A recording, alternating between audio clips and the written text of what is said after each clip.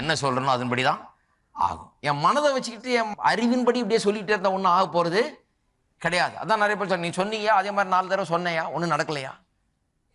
அப்படி இல்லை. இது சீரியஸான விஷயம். இது ஆவிக்குள்ள கர்த்தருடைய வார்த்தையில உள்ள சாராம்சத்தை இறக்குகிற காரியம். அதனால்தான் அறிவின்படி எடுத்துட்டு போய் அது சொல்றாரு, என்னமோ மந்திரம் மாதிரி 4 தடவை ஓதுனா சரியா போயிடுமாமே அப்படின்னு. அப்படி கிடையாது. இது அறிவுல வேலை செய்யற காரியம் இல்லை. எங்க வேலை செய்யற காரியம்? உள்ளான மனுஷன்ல வேலை செய்யற காரியம். என்னுடைய உள்ளான மனுஷனில் நான் பலப்பட வேண்டும்.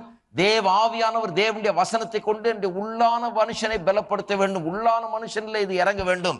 இறங்கும் போது அப்புறம் நான் சொல்லும் போது அப்படியே நடக்கும். எப்ப எனக்கு தெரியும் இந்த வார்த்தை என்னுடைய ஆவிக்குள்ள போயிடுச்சு, இப்போ விசுவாசம் செயல்பட காரியங்களை மாற்ற எனக்கு வல்லமை இருக்கிறது, ஏன்னா எனக்கு ஒரு ஆவிக்குள்ள விசுவாசம் போயிடுச்சுன்றது எப்போ எனக்கு தெரியும்? எப்போ எனக்கு தெரியும்னு சொன்னா, இந்த நான் காண்கிற எல்லா சூழ்நிலையை காட்டிலும் தேவனுடைய வார்த்தை சொல்லுகிறது தான் பெருசுன்னு நான் அப்ப நினைக்க ஆரம்பிச்சிருவேன்.